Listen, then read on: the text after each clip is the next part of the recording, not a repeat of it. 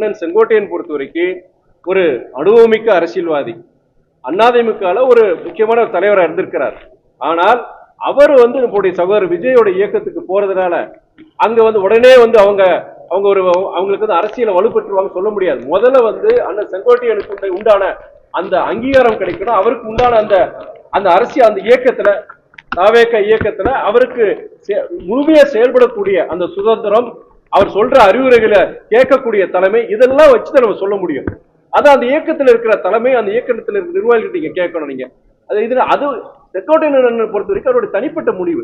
இதனால திமுகவுக்கு ஒரு பாதிப்பு வருமா, அதிமுகவுக்கு ஒரு பாதிப்பு வரும் கண்டிப்பா.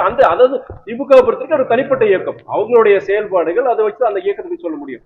செங்கோட்டையன் இவர் போறதுனால தாவேக்காக்கு போறதுனால திமுக ஒரு பாதிப்பா அதிமுக பாதிப்புன்னு கண்டிப்பா இருக்கிறதுக்கு வாய்ப்பு கிடையாது.